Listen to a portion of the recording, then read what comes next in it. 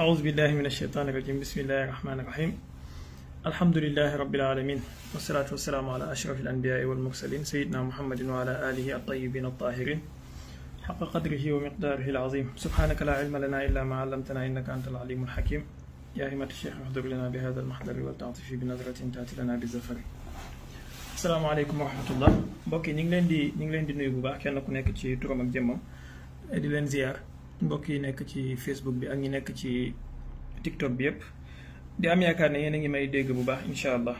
Alors on va commencer di jéggalu ci yéexaay bi on devait commencer depuis 22h mais damaa xawoon génn moo tax. Donc xam naa dañuy def désordre mondial tey on aura deux sujets principaux.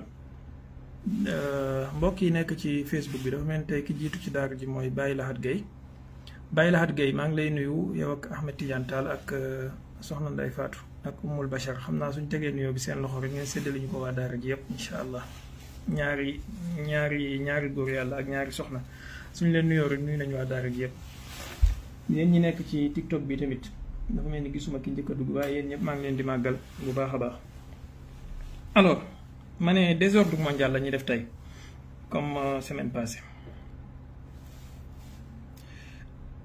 danañ am ñaari sujet principal benn bi mooy réunion des BRICS bi nga xamante ne moom moo am semaine bii ñu génn ci Russie ak la fa jot a xew ak perspective yi nga xamante ne nii àdduna bi mu ngi koy xaar ci tournant bi nga xamante ne àdduna bi jël na ko ci jamono ji ñu toll. beneen bi mooy événement yi nga xamante ne moom mooy xew ci Moyen-Orient bi surtout xaw ma ndax yëg ngeen ko waaye démb Israël dafa lancé benn attaque contre l'Iran et ça suppose être sa réponse ci li ko Iran defoon ci le 1er octobre bi passé. Donc lancé nañu benn attaque boo xamante ne nii démb ci guddi la commencé ay 2 heures du matin ba ay 5 heures donc ça a pris environ 3 heures de temps. Alors commençons directement pour bañ a perdre du temps ci sujet bu njëkk bi mooy les BRICS ak réunion bi nga xamante ne moom moo fa amoon. xam ngeen les BRICS mooy dajaloowu état yooyu nga xamante ne jamono ji ñoom ñoo formé wu. Et pratiquement, ils sont devenus ben genre, je ne veux pas dire un monde parallèle, mais ben genre alternatif qui ordre mondial bi nga xamantene ni mom mo fi nekkon depuis l'après-guerre mondiale wala l'après-deuxième guerre mondiale. Bu ñu waxee ordre mondial nak ça n'a rien de franc-maçonnerie, ça n'a rien d'illuminati wala comme ni ko gaay yi di xalaatee. Ordre mondial en tant que ordre établi boo xamantene àdduna bi ci lay doxee. Mooy l'Occident ñoom ñooy jiite ci biir Occident boobu États-Unis ñoom ñooy chef et que institution Bretton Woods yi ak Nations Unies ak voilà comme ni ko gars yi di waxee l'ordre mondial basé sur les règles wala basé sur des règles. Donc ordre boobu la ñuy wax am na ñoo xamante ne ils ont tendance à ce que bu ñu déggee le mot ordre mondial wala nouvel ordre mondial rek ñu jàpp ne affaire yi franc-maçonnerie la wala affaire nangam la. C'est loin de là. Donc ordre mondial bi may wax en tout cas mooy ordre mondial ba nga xamante ne mooy ni àdduna bi tëddee diggante bi guerre mondiale bi jeexee ak léegi. Alors à partir de 2009 les BRICS créé wu nañ je vais pas vous faire l'historique mën ngeen ko rechercher ci internet bi mais li ci am solo mooy daaw dañoo def benn élargissement boo xamante ne dañu jël 6 pays. 6 pays yooyu noonu mooy Arabie Saoudite Argentine ak Égypte ak Éthiopie ak Iran ak Émirats arabes unis moom la ñuy wax les Émirats mais ci biir 6 pays yooyu noonu dafa am ñaar ñoo xamante ne ni kenn ki moom dafa renoncer muy Argentine. Avec seen président bu bees bi ñu fal dafa renoncer ci intégrer les BRICS donc ils sont 5 ci 5 yi tamit mu am kenn koo xamante ne nii ba léegi moom ratifié wul participation maanaam waxul waaw waxul déet te moom mooy Arabie Saoudite bu Mohammed Ben Salman. Bon, peut-être mën nañu jàngat la pourquoi man am na ci sama une petite idée bu ma ci am mais yeneen 4 yi des muy Iran, Égypte, Éthiopie ak Émirats ñoom ñëpp ratifié nañ et que seen participation ak seen membership c'est entier léegi et effectif. Donc ils sont devenus les BRICS plus yooyu noonu soo jëlee seen nombre ils sont pratiquement je dis bien la moitié de l'humanité ci wàllu population te boo jëlee seen part ci PIB mondial bi actuellement dépassé nañu paaru les pays du G7 les pays du G7 mooy pays yooyu noonu tuddee woon seen bopp les pays les plus industrialisés du monde nga xamante ne bu njëkk ba G8 la woon avec Russie mais à partir de 2014 bi événement Crimée yi xewee dañu suspendre Russie après ils sont devenus les G7 mooy États-Unis France Allemagne Italie Angleterre Japon ak Canada voilà donc les pays du G7 daanaka ñoom ñoo coiffé woon adduna bi économiquement mais léegi les pays du BRICS dépassé nañ leen ci wàllu PIB. Alors ginnaaw élargissement boobu pour rapidement sommet bi waroon na am c'est ci semaine bi du 22 au 24 octobre bokk na ci question yi mu waroon a traité pas question élargissement parce que y a énormément de pays yu bindu pour dugg et man j'avais dit que semaine passée sax laa ko fi wax dëgg yàlla j'avais mal perçu le fait que Sénégal deful effort pour que ñu invité ko foofu surtout ak suñu président bu bees bi ça aurait été vraiment benn opération diplomatique bu extraordinaire malheureusement man xawma lu tax nag sincèrement parce que je suis pas dans les secrets diplomatiques de notre État mais gis naa ne waxoon naa ne dafa mel ni Afrique Sassou Nguesso lañ ci invité apparemment je me suis trompé parce que du Sassou Nguesso kese ndax même le président mauritanien je l'ai vu gis naa sa présence foofu et que même il a pris la parole ci seen table ronde bi donc encore une fois ça a suscité mon inquiétude parce que man je peux pas concevoir la Mauritanie soit invitée et que Sénégal ak li muy représenté parce que man wax dëgg yàlla quoi qu'on puisse dire Sénégal moo ma gënal ci réewu Afrique yi voilà Sénégal moo ma gënal ci réewu àdduna bi Sénégal laa am Sénégal bu ma sañoon lépp lu baax Sénégal moo koy gën a mérité mboolem dëkkandoom yi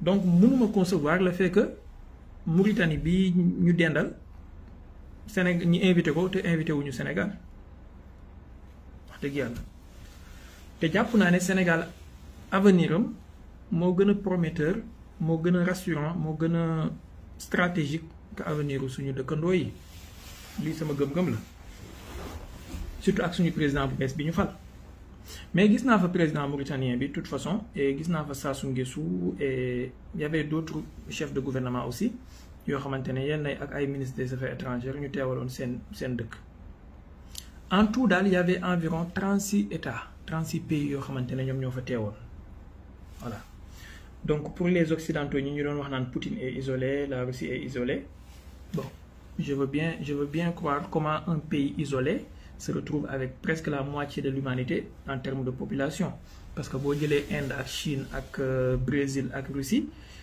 bon mettons Russie à part nga jël Inde ak Chine rek yaa ngi ci 3 milliards de personnes boo ci boolee Brésil ak Éthiopie ak Égypte ak Éthiopie rek daanaka 200 millions yu teg lañ presque 300 millions boo ci boolee Brésil yaa ngi ci presque 500 millions de personnes je veux bien croire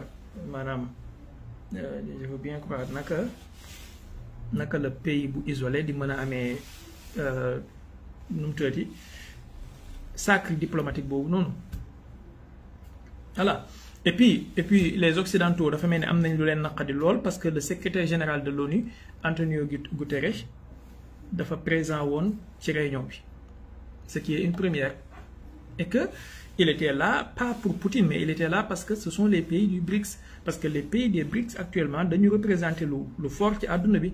Donc il était question cette année pour ñu discuter ci les méthodes de transaction financière ak itam xool affaire question monnaie yeeg yu mel noonu. Bon, il n'a pas été question d'avoir une monnaie unique parce que c'est pas une mince affaire, mais xool panier de monnaie ak naka la ñuy fayee ak ban soubassement la ñuy am ndax dañ koy indexé ci or beeg yu mel noonu, ci loolu lañ doon discuter. Ak aussi méthode de paiement yi, parce que la Russie proposé woon nañ benn carte bu tudd BRICS Pay boo xamante ne yaakaar naa waxoon naa leen ko semaine passée, boo xamante ne nii ça allait suppléer en quelque sorte les cartes Visa et Mastercard. Alors apparemment il y a quelques complications parce que Erdogan ak yeneen réew dañoo bëggoon bokk, maanaam dañoo bëggoon ñu invité leen, et visiblement la candidature de la Turquie a été pour l'instant la Turquie a été juste considérée comme partenaire. Il y a un certain nombre de pays qui sont considérés comme partenaires, et ci Afrique dafa mel ni gis naa ci Nigeria ak Ouganda, encore une fois le Sénégal, encore une fois. Sincèrement, je ne comprends pas. Encore une fois, le Sénégal. Donc, j'aurais préféré que maa ngi jéggalu ci mbokk yi wax ma lire commentaire yi, su ma toppee commentaire yi mën naa perdre sama fil. Je préfère continuer ba pare après doog a ñëw ci commentaire yi. Maa ngi leen di ziar by the way yéen ñëpp. Ma ne encore une fois le Sénégal, parce que suñu demee ba on comprend Nigeria moo ëpp doole Sénégal économiquement, moo ko ëpp doole ci wàllu démographie, du moroomu Sénégal en fait. Nigeria ak Afrique du Sud ils sont les deux géants de l'Afrique, wala ak Égypte ils sont les trois géants de l'Afrique. Mais quand même Ouganda bu ñu demee ba koy boole ci pays partenaires des BRICS, le Sénégal. Sincèrement lii, permettez-moi de le dire, c'est pas une question de politique ou quoi que ce soit, mais j'en appelle à ñi nga xamante ne ñoo jege suñu premier ministre bi muy Ousmane Sonko, ak ñi nga xamante ne ñoo jege suñu président bu bees bi muy Bassirou Diomaye Faye, te mën koo waxal mu dégg. Xam naa ne ñoo ma ëpp xel, ñoo ma ëpp xalaat, ñoo ma ëpp xam-xam, ñoo ma ëpp vision, mais dama leen di ñaan tournant bi àdduna bi tollu tey ak fi BRICS toll ak seen avenir, maanaam Sénégal warta seetaan ay réew yu mel ni Ouganda ak yeneen réew ci Afrique di ko ci ëpp positionnement.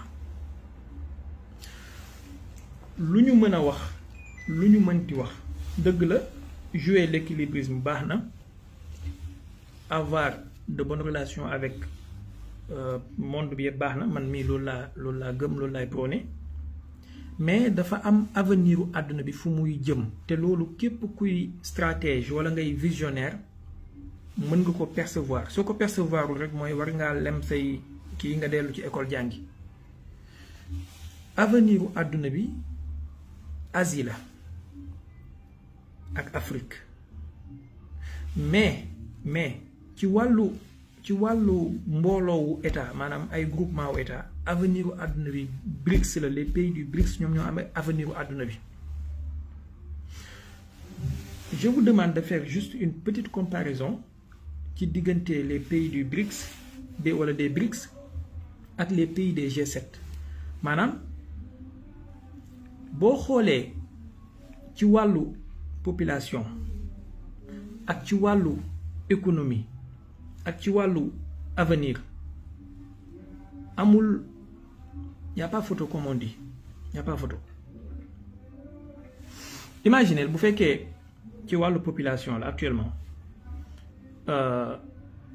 en 2023 jàpp 2024 les pays du BRICS dépassé nañu les pays du G7. bu fekkee ci wàllu économie laa bëgg a wax PIB, mais bu fekkee ci wàllu population là y a même pas photo, parce que les pays du G7 ñoom ñëpp soo leen boolantee ils sont environ 700 millions de personnes.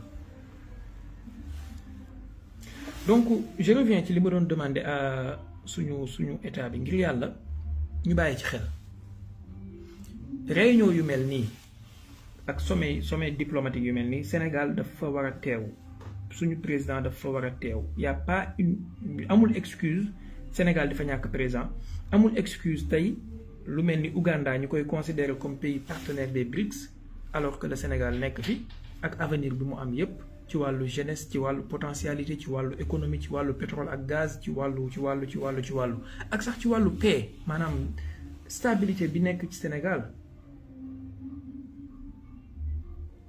voilà donc je pense que peut-être am na ñu koy xalaatal ñu ma ëpp xam-xam fuuf am na ñu koy xelal ñu ma ëpp vision fuuf mais daal nañu gën a bàyyi xel ci yenn yi daal voilà les institutions de Bretton Woods ñoom ci seen bopp fi mu toll nii ils sont en pleine panique parce que lan mooy li xew mooy ñëpp xalaatoon nañ ne ci li ñu yaakaaroon les pays du BRICS ci seen sommet bi dañuy ñëw jël ay mesures fortes voilà jël nañ décision que dootuñu utiliser le dollar nangam ak nangam c'était mal connaître les gens qui dirigent les pays des BRICS surtout Russie ak Chine ak Inde en fait ce sont des gens extrêmement intelligents te xam nañu ne système àdduna bi surtout système financier bi qui est basé sur le dollar su amee benn genre collapse maanaam su amee benn genre rupture brusque du arranger kenn ils seront tous perdants tous autant qu'ils sont donc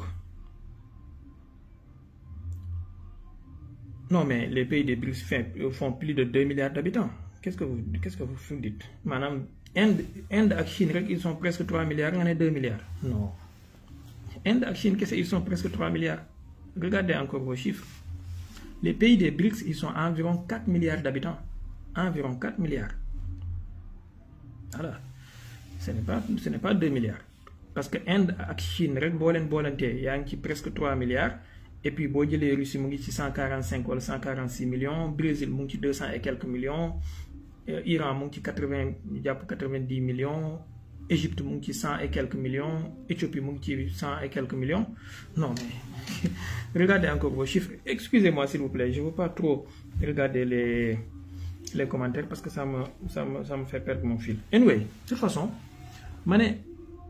ils sont des gens tellement intelligents ils sont venus dire surtout boo dégloo conférence de presse Poutine bi ils ont dit que ñun amuñu problème ak les occidentaux amuñu problème ak le système mondial ci ni muy doxee nii li ñu bëgg rek mooy que ça soit beaucoup plus équitable et que les gens soient beaucoup plus raisonnables et puis voilà kenn ku nekk la mu mérité mu jox ko bu leen fàtte ni jamono bi DSK muy Dominique Strauss-Kahn bi mu nekkee directeur général FMI dafa bëggoon na maanaam il avait proposé à ce que Chine ak Inde ñu jox leen beaucoup plus de place qu'ils méritent comme li ñuy peser ci économie mondiale bi et moment bi muy jéem loolu les Américains ont dit ñett loolu du fi amee bon par la suite ñu créer ko je sais pas ndax dëgg la am du dëgg allahu alam problème bi mu am ak Nafissatou Diallo et tout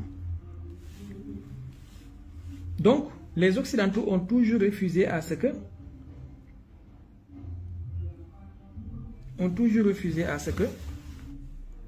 les pays des BRICS ñu am intégration ak li ñu mérité ci doxalinu àdduna bi parce que il est impassable boo jëlee réew mu mel ni Inde ak li muy représenté parce que Inde actuellement en matière de PIB mondial ci wàllu parité de pouvoir d'achat Inde à elle seule représente 7% du PIB mondial 7%.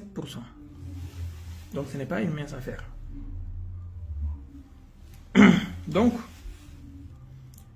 ci noonu ils ont mis la balle dans le camp des Occidentaux parce que xam nañu ne d'ici un mois le sommet du G20 dafay am Brésil lay amee donc ils vont essayer de voir comment les Occidentaux vont réagir de deux choses l'une soit Occidentaux yi ñëw ne waa léegi accepté nañu voilà on va jouer équitable et que kenn ku nekk di nga am li nga yelloo ci àdduna bi dans ce cas les BRICS ont gagné soit les Occidentaux s'entêtent dire que oui on va continuer avec notre hégémonie notre voilà hyperpuissance et notre tout et tout et dans ce cas les pays des BRICS pourront dire au reste du monde que voilà vous avez vu nous on a voulu coopérer, on a voulu collaborer, ils ont refusé, ils ont voulu nous dominer, donc on va créer le système alternatif que nous avons voulu. Voilà. Donc dans tous les cas, c'est un jeu tellement intelligent, et c'est pourquoi souvent may wax ne géopolitique ak politique ku mënul jeu d'échec doo ko mën. Donc dans tous les cas, les pays des BRICS vont gagner. Dans tous les cas. Voilà.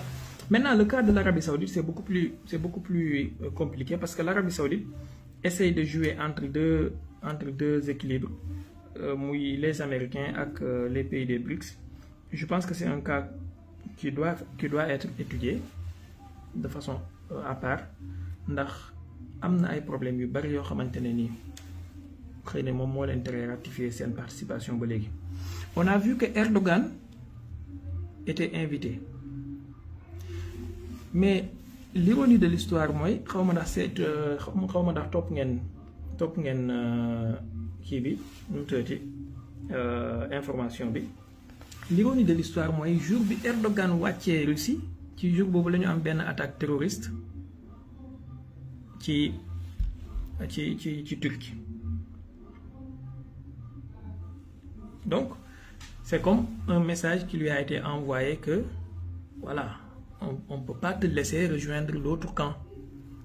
Surtout que la Turquie, depuis les années 80, pour les années 2000, elle a toujours voulu dugg ci Union européenne. Les Européens ont toujours nargué la Turquie.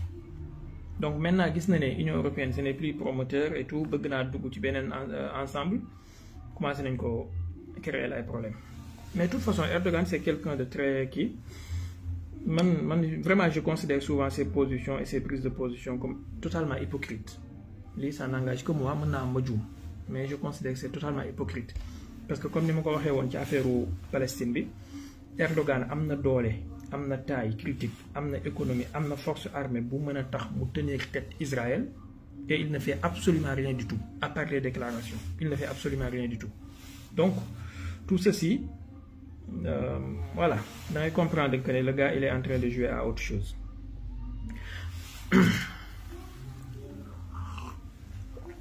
Mais quand même, c'est intelligent de sa part. C'est intelligent de sa part d'essayer de se rapprocher des BRICS. Alors, c'est le premier point. Donc, pas de mesure phare pour maintenir le système de paiement. En tout cas, le système c'est un travail de longue haleine. Et puisque ce sont des gens intelligents et ce sont des pays solides économiquement et démographiquement, ils ne réagissent pas comme les Occidentaux du tic au tac. Madame, c'est une réaction, c'est pas dicté par les émotions. Donc, les poules c'est à long terme, vision moyen à long terme. Man lolu moma gëna neex ci seen mbir en fait. Donc duñu ñëw rek di réagir du tic au tac def nga nangam dañuy def nangam. Non, ils prennent le temps et réfléchissent avec les équipes, avec leur équipe, avec leurs techniciens pour mettre quelque chose de solide sur la table nga xamné buñ ko tégué pour lu ko dindi du yomb. Bu ngeen xolé Russie depuis 2022, sanctions, des dizaines de milliers de sanctions yu ko occidentaux yi tég yépp ba légui ni amna sanctions yo xamantene Russie tontogu ci ba légui. Manam on est presque à 3 ans 2022 ba légui, mais ba légui amna sanction yo xamantene Russie tontoogu ci amna yenn yo xamantene tontu na ci ndank lolu yépp lu muy wane mooy nit ki souvent bu ñëwee di la provoquer bu ñëwee di la wut comme li ma sama yaay doon wax ndeysaan ku ñëw pour xeex ak yow soo fexee ba xeexu leen yaa gagné. Donc ku ñëw pour déstabiliser la économiquement ku ñëw pour déstabiliser la stratégiquement wala géostratégiquement soo fexee yow ba déstabiliser wala rek yaa gagné.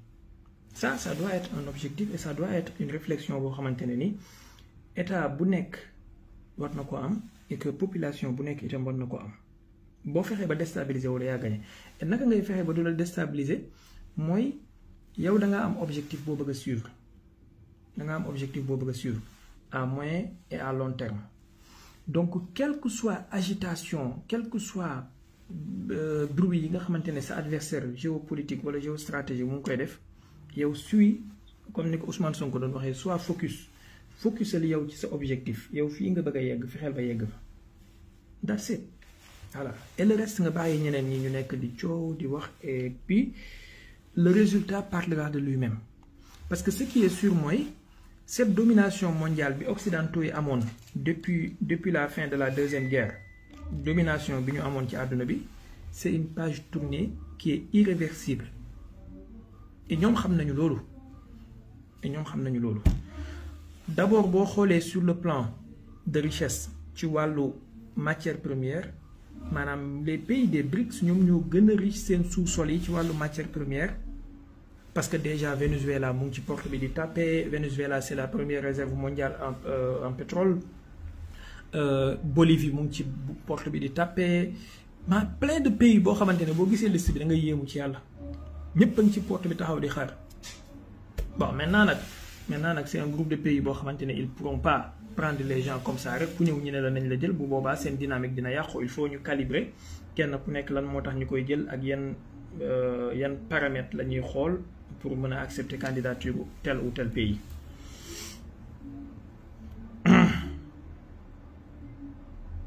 En tout cas yàlla na yàlla sàmm Sénégal ba mu bokk ci ensemble de pays bi nga xamante ne ni ils seront les gagnants parce que àdduna bi ci bascule boo xamante ne la jëm mais loolu yëpp nag tout en gardant notre souveraineté. C'est extrêmement important garder sa souveraineté, garder sa dignité.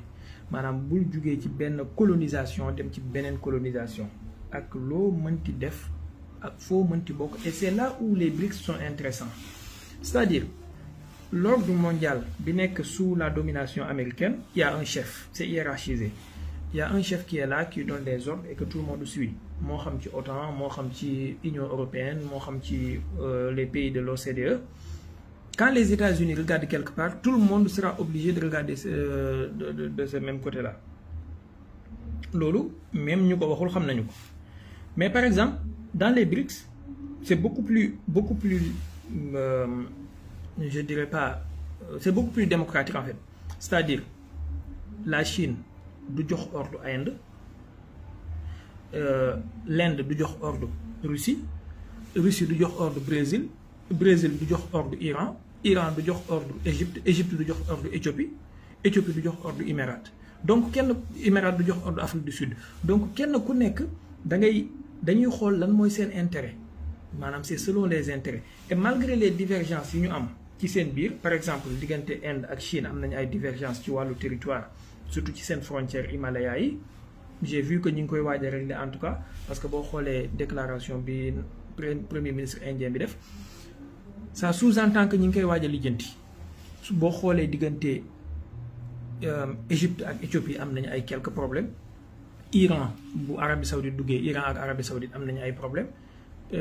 Mais néanmoins malgré seen divergence yooyu noonu yëpp fexe nañu ba dajaloo ci li leen di kenn ku nekk sa intérêt fu mu nekk.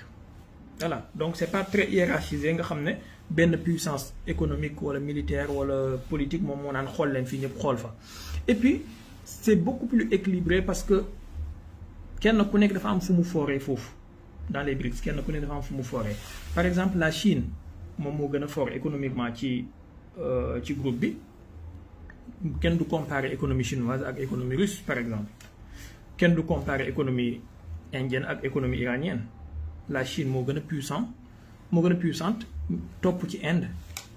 Mais bu fekkee ci wàllu militaire la ak ci wàllu politique ak ci wàllu géopolitique, la Russie moom moo gën a puissant. Parce que tey jii américains yi bien vrai que Chine moom mooy seen menace numéro 1 à long terme, mais géostratégiquement Russie moom mooy menace bi gën a présente boo xamante ne mën na leen a détruire. Voilà, donc sur le plan militaire, technologie militaire, politique et géostratégique ak peut-être même diplomatique, la Russie moom moo gën a taxaw. Ils ont des arguments à faire valoir. Voilà. Mais sur le plan économique, sur le plan démographique, sur le plan et autres plans, tous les autres pays dépassent la Russie largement.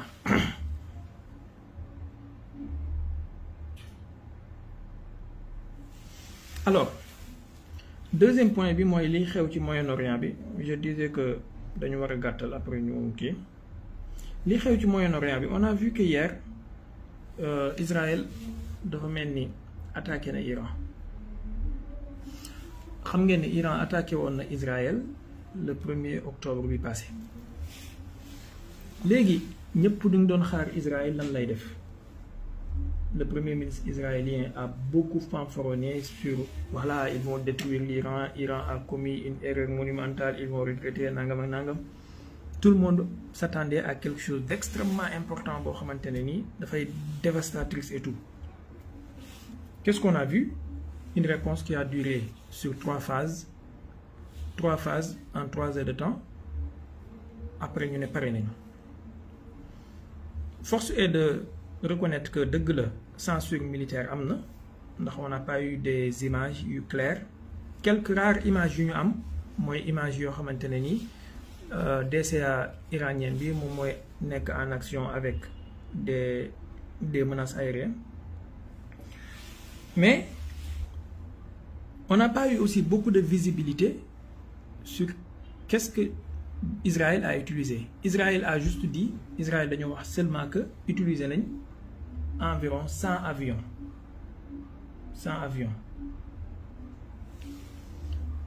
Alors, quels sont les types de missiles qu'ils ont utilisés? Quels sont les types de vecteurs qu'ils ont utilisés? Ndax c'est des missiles Air-LoRa, ndax c'est des drones armés, voilà. Pas de clarification sur ce point-là. Contrairement ak Iran ñoom bi ñuy attaqué ci 1er octobre passé ñëpp xam nañ ne Iran dafay utiliser ay missiles balistiques de type tel ak de type tel maanaam am na sax ay spécifications ci nombre de missiles bi 180 missiles 200 missiles ñenn ñi naan 300 ñenn ñi naan 400 missiles en tout cas des centaines de missiles. Et puis xam nañu turu missiles yi ñu utiliser sax ak seen spécificité par exemple utiliser nañu Khaybar Shaken 2 utiliser nañu missile Imad utiliser nañu nangam. Donc c'était beaucoup plus transparent et beaucoup plus lisible que li Israël def démb. Je ne sais pas si vous comprenez véritablement li may wax. Alors et ce qu'on a vu aussi mooy Israël nee na rek attaqué na environ 20 sites militaires.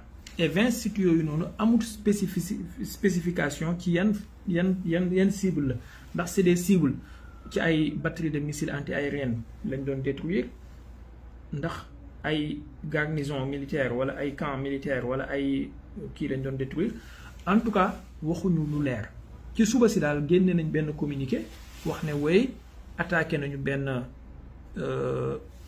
usine de fabrication de missiles.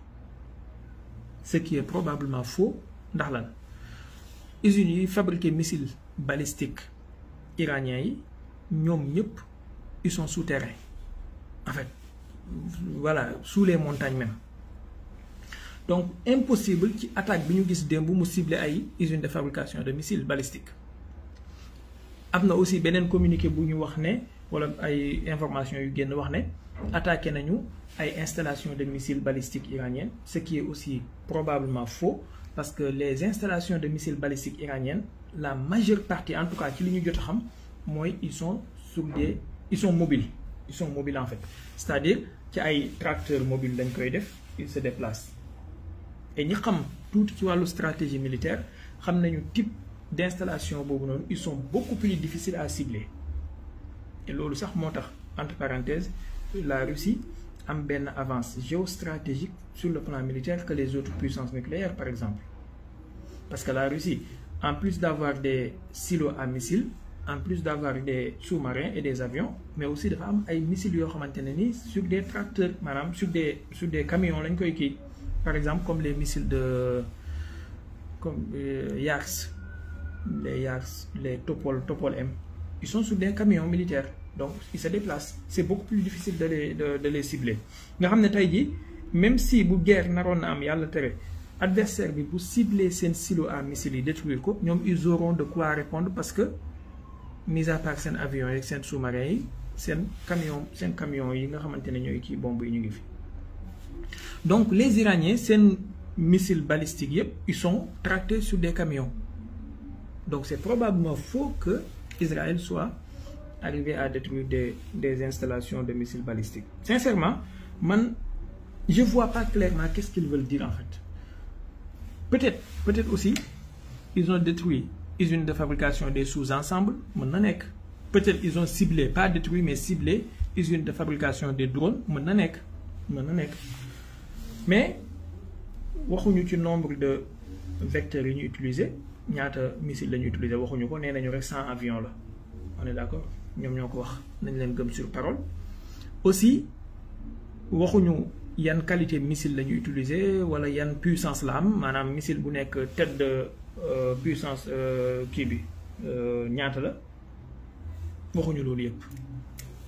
Bref, c'était quelque chose de vraiment très flou boo xamante ne après tu as juste l'impression que ces gens-là l'ont fait juste pour se sauver la face tout court. Ils l'ont fait juste pour se sauver la face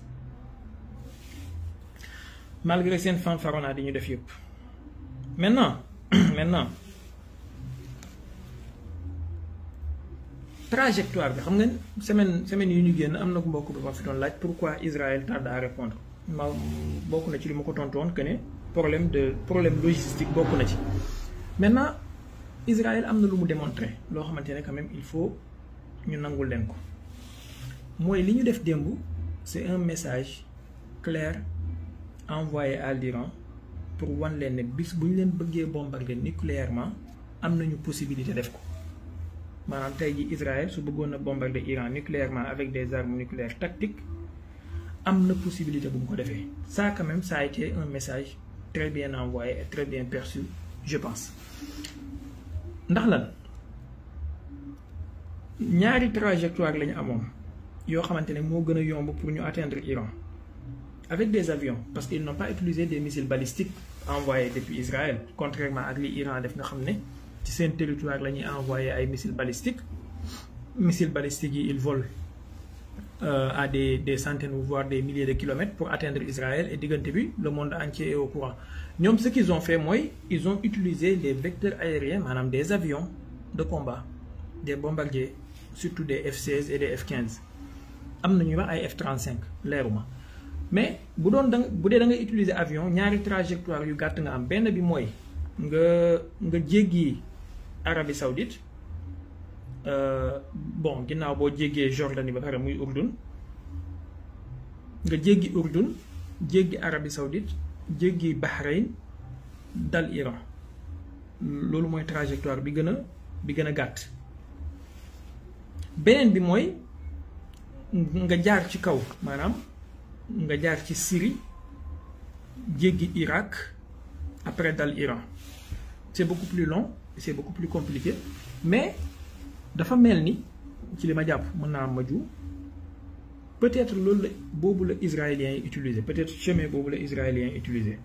Pourquoi ndax Iran envoyé woon na message bu clair ci les pays de la région que ne leen bépp réew moo xamante ne ni ubbi na espace aérien wam surtout réew yi nga xamante ne ils sont en connivence avec les États-Unis Arabie Saoudite gis nañ seen ministre iranien des affaires étrangères bi def na ay tournée dem na Arabie Saoudite dem na Jordanie dem na Égypte dem na Émirats dem na Qatar. Il a envoyé un message très clair que ne leen bépp réew moo xamante ni ubbi na espace aérien wam Israël wala Amérique ñu utiliser ko attaqué ñu suñu représailles du la jéggi donc te ñooñu ay Arabie Saoudite ak ay Émirats ak ay Qatar ak ay Urdun loo leen mënti waxal am nañ ay batterie de missiles anti-aériennes yoo xamante ne ni c'est de fabrication occidentale. Maintenant la Syrie la Syrie et l'Irak étant des pays tellement affaiblis peut-être les avions israéliens en toute impunité mën nañu emprunter chemin boobu noonu en violation flagrante de leur souveraineté et de leur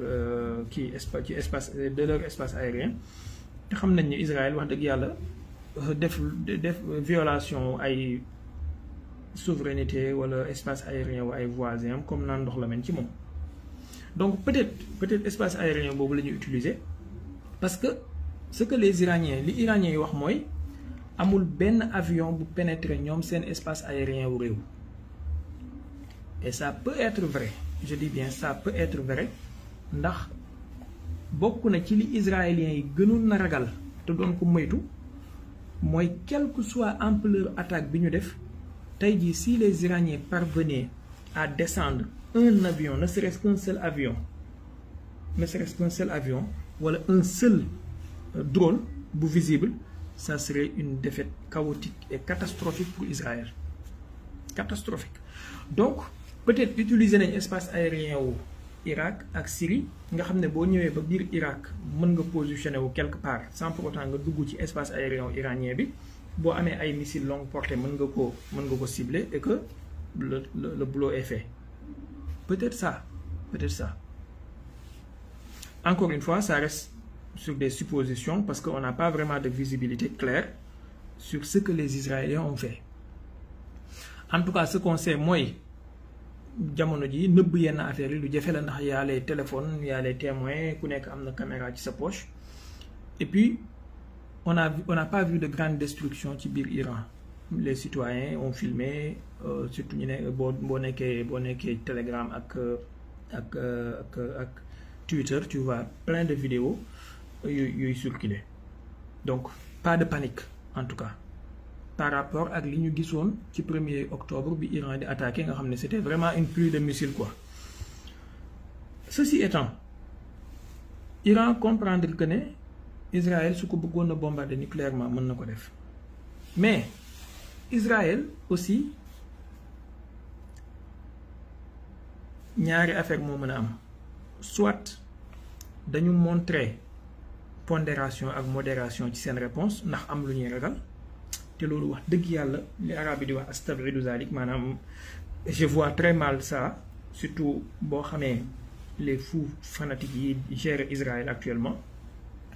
Soit ils ont eu en face d'eux une Iran très défensive et forte en défense, maanaam Iran bu am ay défense aérienne yu efficace, surtout boo xamee bu ñu xamee ne Russie aidé na Iran avec des systèmes S-400 récemment, aidé na Iran aussi surtout ci wàllu guerre électronique, am na ay systèmes yu très sophistiqués yu fa les Russes installés, mais aussi Russie mu ngi aidé Iran ci wàllu renseignement militaire, wàllu renseignement satellitaire. Donc il n'est pas impossible, je dis bien il n'est pas impossible que les Russes souffrent à l'Iran yenn cibles yi nga xamante ne ni israéliens yi naroon nañ ko cibler, et que les Iraniens préparent leur défense en conséquence, mais aussi la DCA iranienne a été efficace. Peut-être ça, parce que ku dégg ni Iraniens yi daan waxee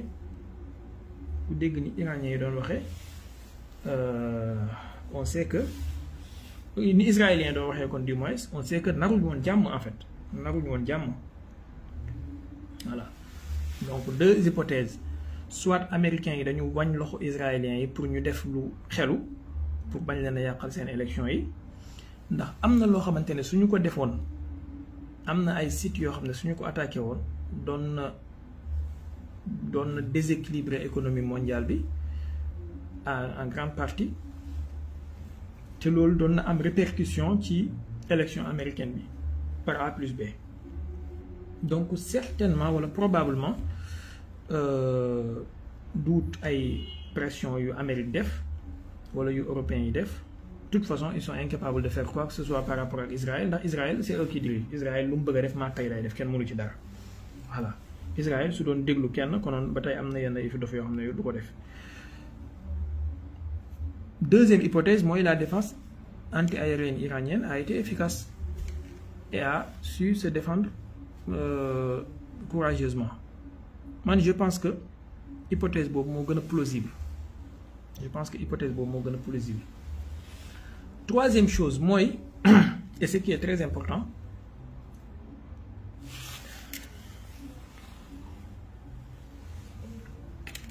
mooy les Israéliens sont trop limités. En fait, ils ont beaucoup de limites sur le plan conventionnel qui def une réponse bu appropriée comme bi leen Iran def.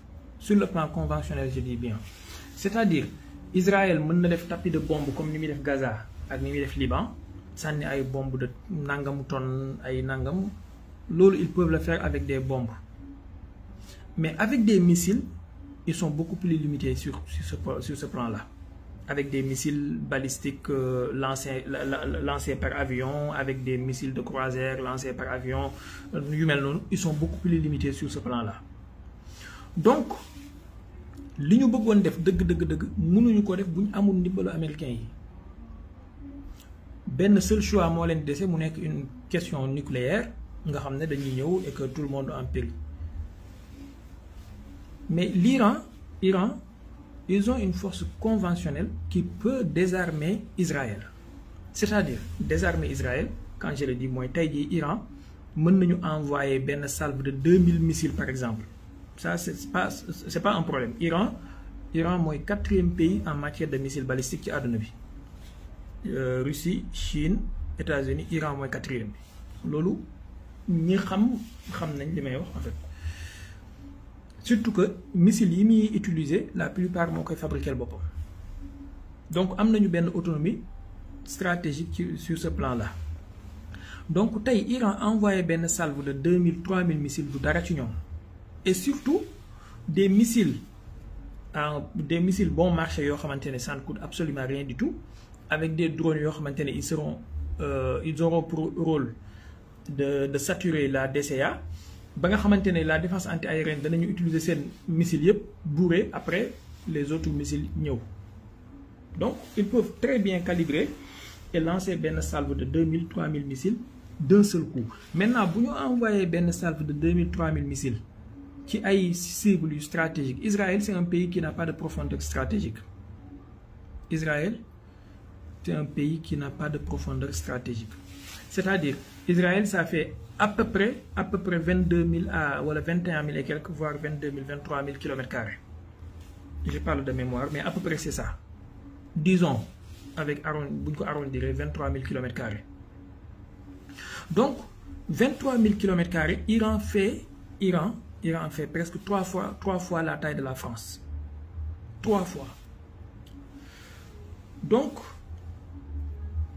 si nous ciblons une centrale nucléaire, une centrale thermique, une centrale énergétique, un bassin, Madame Israël est paralysé en 30 minutes.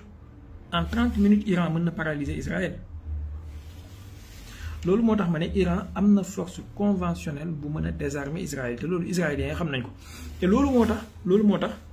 c'est ce que comme ni Al-Quran dit, yahsibuna kulla sayhatin alayhim humul adu fahzarhum qatalahumullah.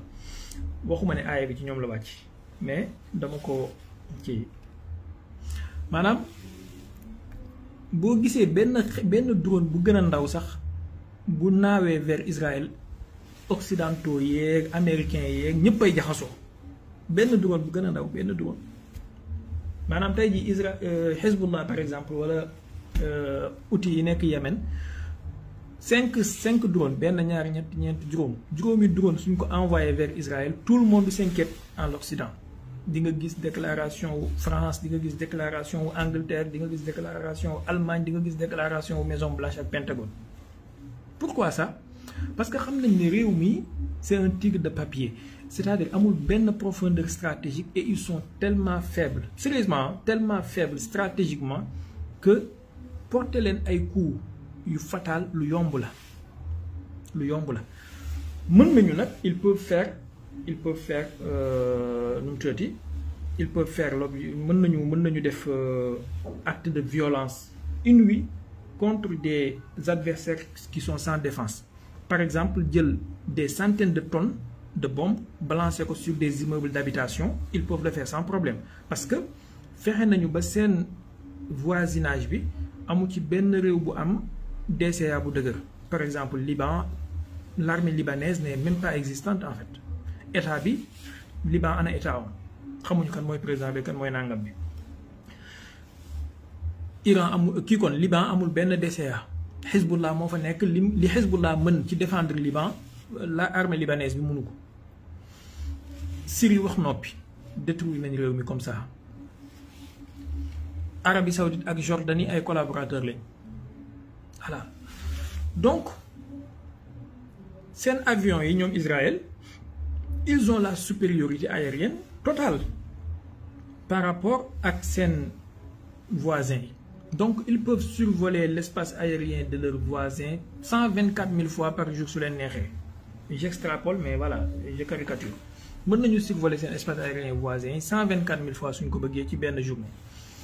Maintenant, quand il s'agit d'un adversaire beaucoup plus redoutable comme Iran, bu am DCA, bu am force militaire conventionnelle, bu am ay missiles, là, la tâche devient beaucoup plus compliquée.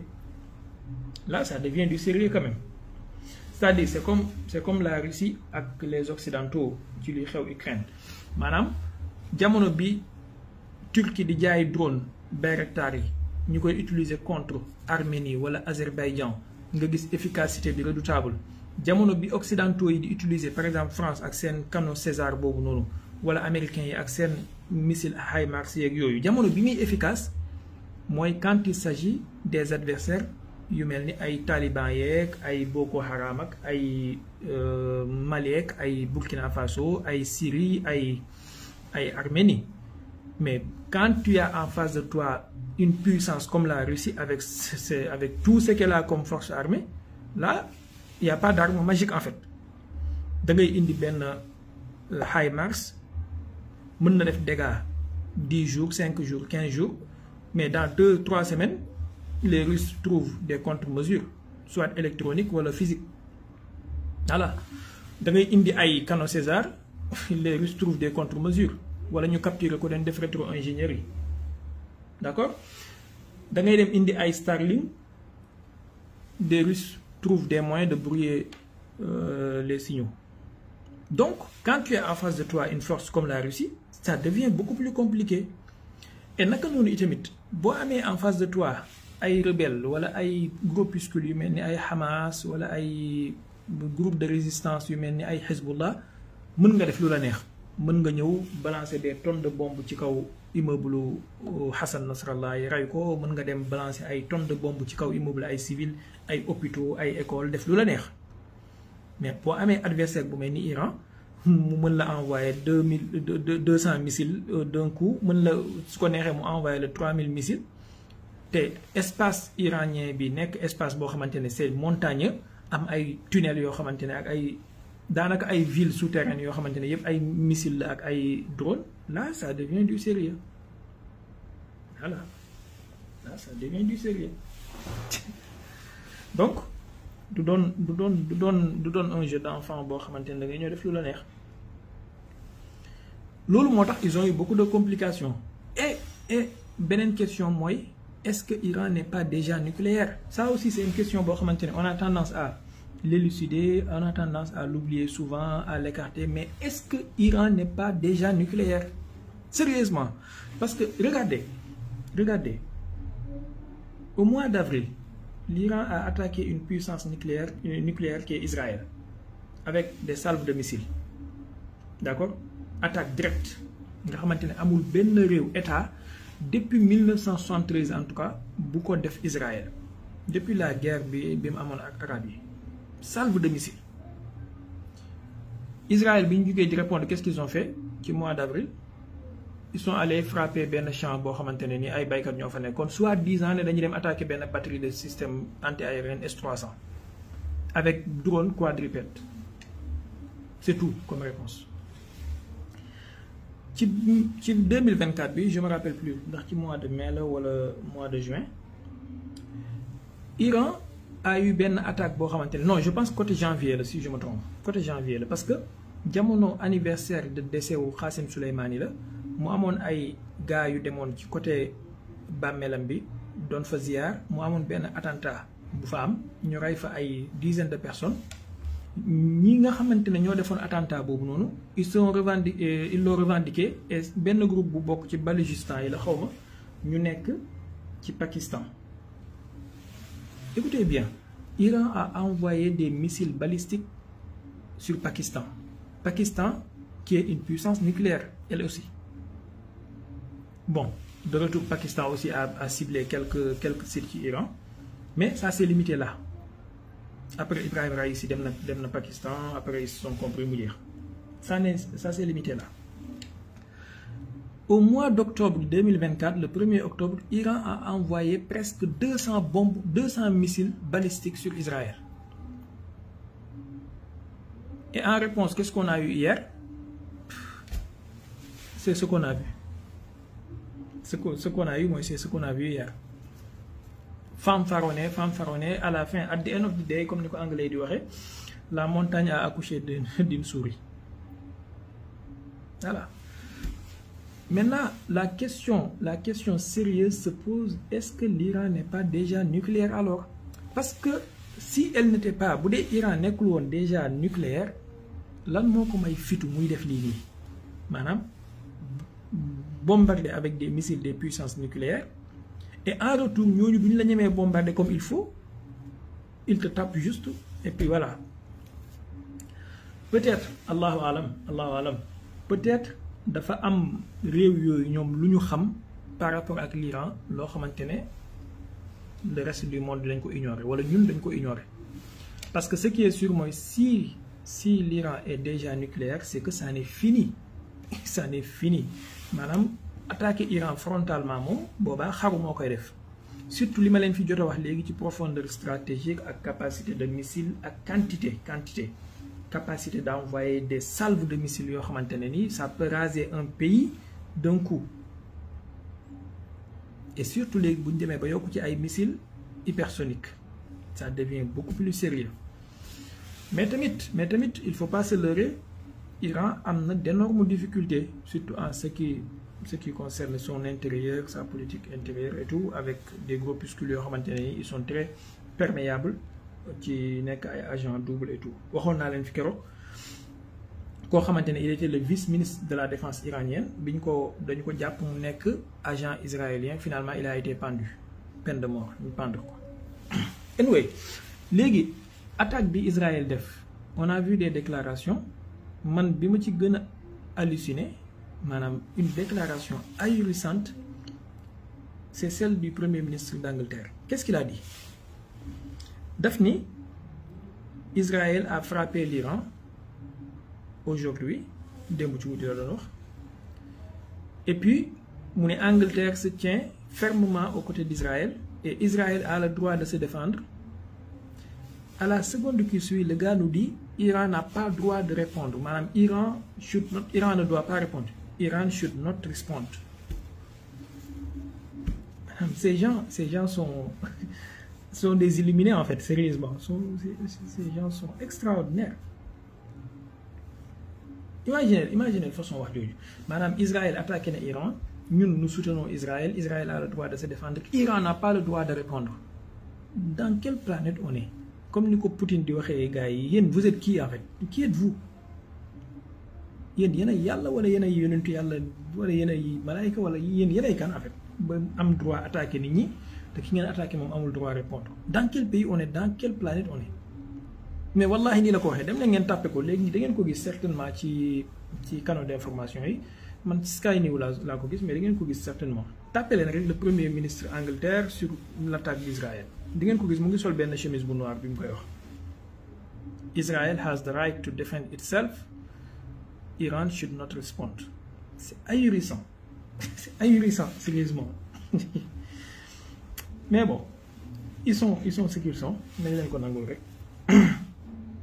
Dafa am benn waaye bu doon wax ne ñaari yëf ñoo amul limite mooy l'univers ak la bêtise humaine. Voilà. La bêtise humaine n'a pas de limite et ça c'est une bêtise quand même. Léegi nag lan la attaque bi mën a jur mooy ce qui est sûr, l'Iran elle ne se laissera pas faire. Peut-être mën na bañ a répondre en fait mën na bañ a répondre puisque malgré déclaré nañ ne seen 4 soldats dee nañu ci, mais pour l'instant intérêt wu ñëpp à part Israël ak les Cinglés qui dirigent l'Israël, intérêt wu ñëpp mooy que les choses se calment, que les choses se calment, parce que déflagration wu conflit bi arrangé wul kenn du arrangé kenn ci ñoom te ñoom xam nañu loolu. Parce que la Russie ak la Chine du ñu seetaan ñu def Iran ni ñu def Syrie wala ni ñu def Irak. Loolu c'est déjà acté parce que Iran déjà signé na ay accord de coopération stratégique avec la Russie et boo gisee système de défense yi ko Russie fournir mooy Poutine a décidé de défendre Iran. Voilà, quoi qu'il en coûte. Quoi qu'il en coûte. Et puis actuellement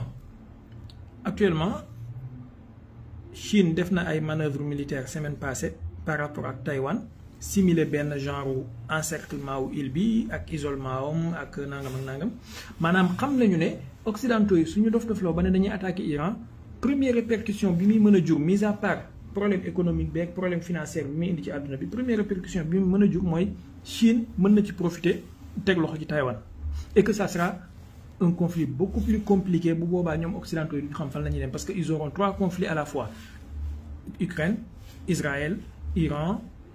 Bon, Israël, Iran, après Taïwan. Fan lañ koy waxee fan lañ koy waxee Seydina Omar Thiam maa la raw lu bëri na nga def namu naa la trop temps yi kay gëj nañ laa gis ci dara. Donc fan lañ koy waxee, ça sera très compliqué pour eux, ils pourront pas gérer ça. But vous voyez que c'est très passionnant et c'est très intéressant en fait, l'évolution des choses. Maintenant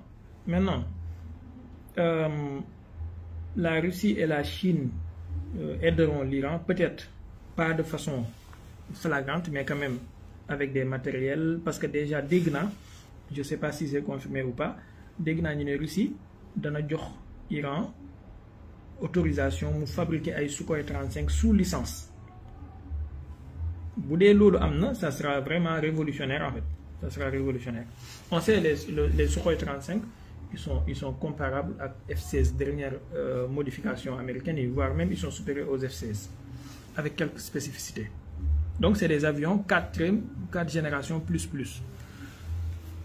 Mais Israël, États-Unis, c'est un soutien inconditionnel, voire indéfini.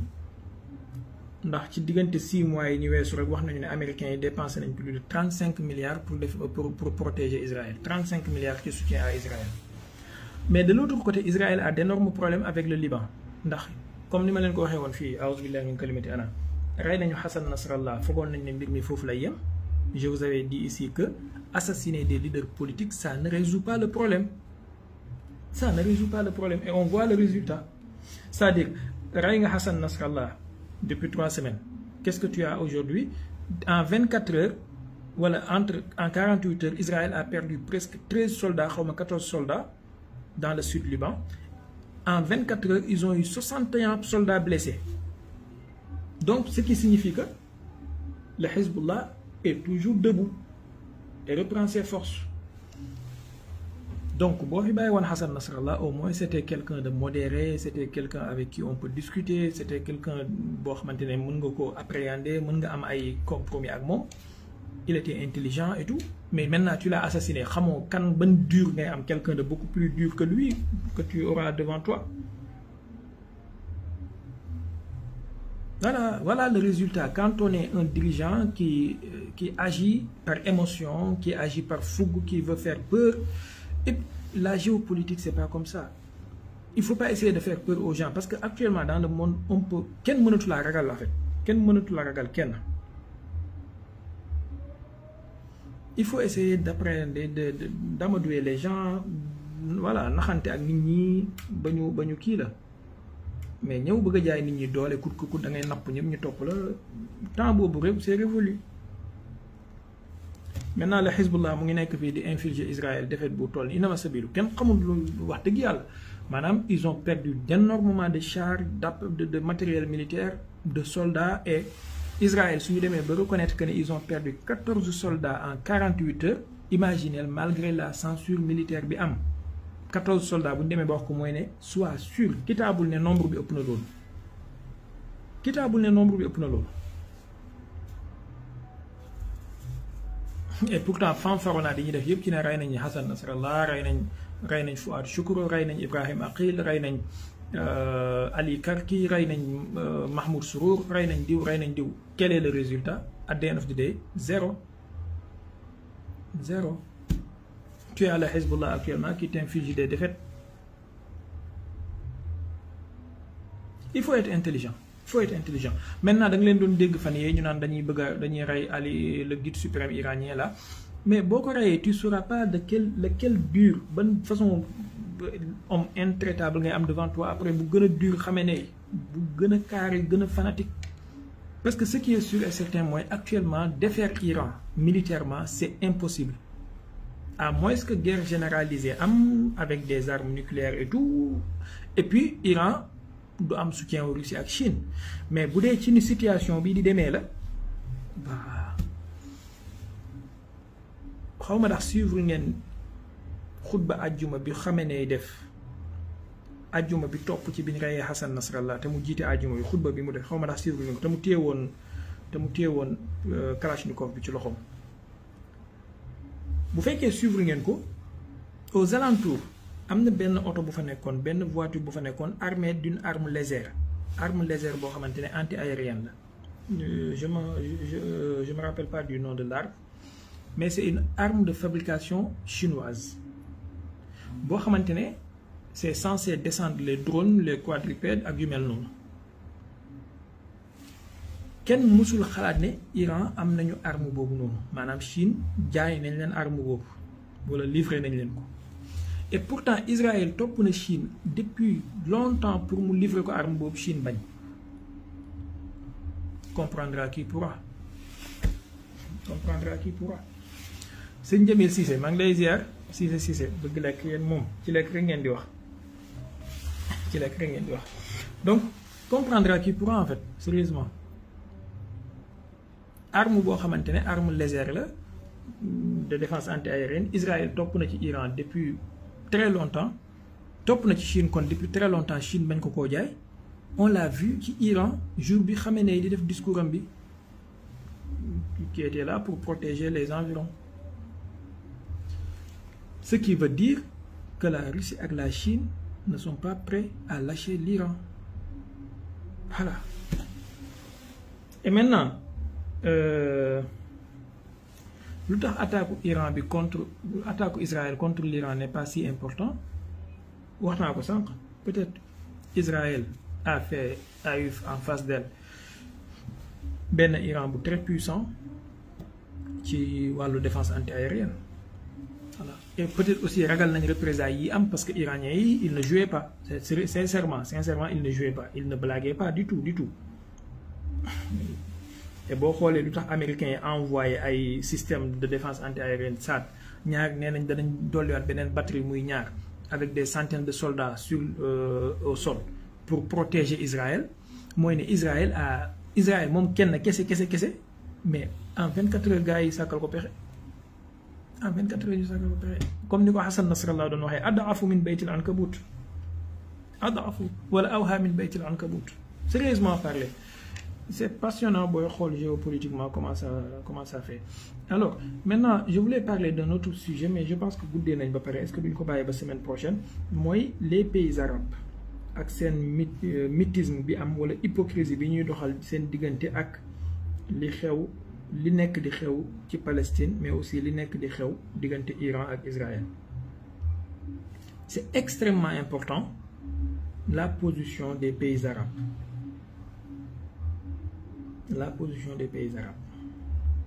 ak sax le monde arabe les arabes de façon générale mais nañu ko bàyyi ba semaine prochaine parce que day yaa guddi na pare te dama war a jàpp incha allah semaine prochaine ñu ñëwaat ci xëy na d'ici là dañu am quelques développements de plus et puis élection américaine yi 10 jours moo ci des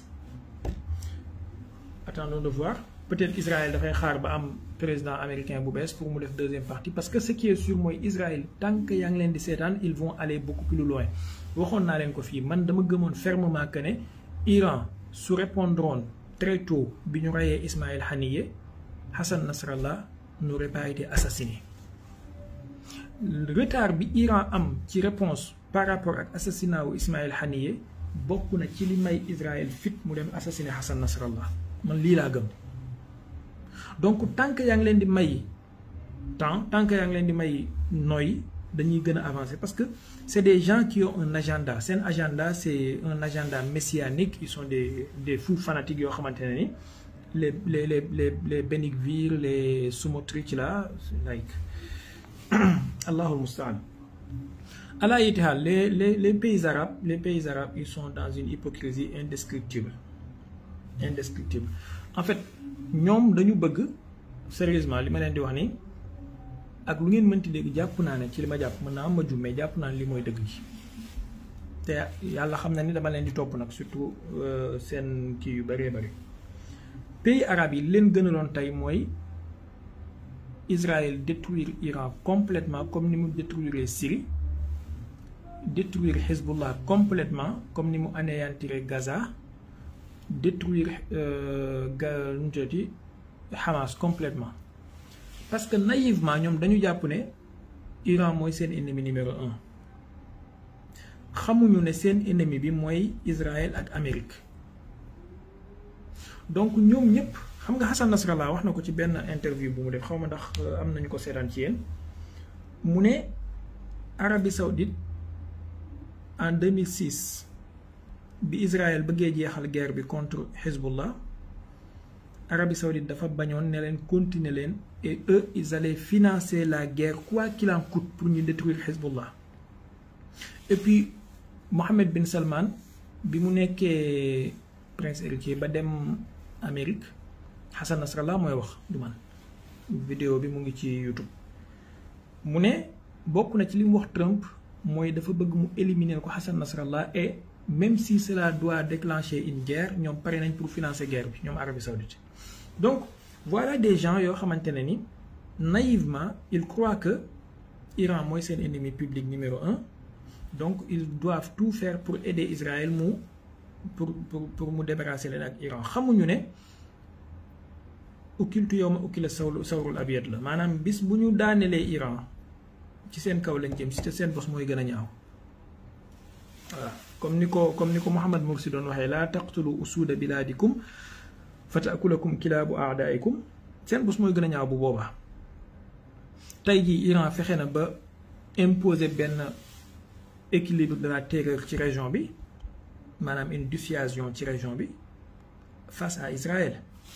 am na yoo xamante ne su ko Israël ñemewul a def mooy message bi ko Iran envoyé moo leer te liir naa sànq ci suba ci Wall Street Journal ak Axios ak yenn journaux yi ñu ne Israël a même envoyé un message à l'Iran avant l'attaque lui disant que du attaquer installation nucléaire yi ni installation pétrolière yi mais en retour bëggul Iran répondre maanaam daal c'était une attaque juste pour se sauver la face.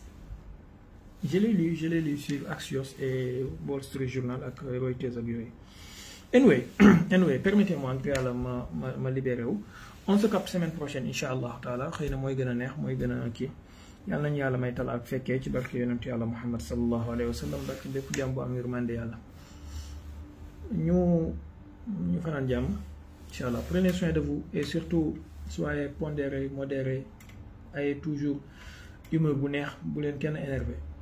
jàpp leen ni ku ñëw pour énerver leen bu ngeen fexee ba énervé wu leen yéen a gagné voilà toujours dee leen ko bàyyi xel bu leen kenn énervé et que prenez les choses là comme toujours comme benn genre kii rek buy jàll incha allah yal na yàlla may ñu tawfiq ci zahir ak ci baatin ci barke yonent bi sallallahu alayhi wa sallam salaamaaleykum wa rahmatullahi wa barakatuh ba samedi ak jàmm incha allah. by the way suba cours dina am suba cours dina am ci 16h jàpp 17h incha allah. mais live désordre mondial bi samedi lay amaat incha allah salaamaaleykum wa rahmatullah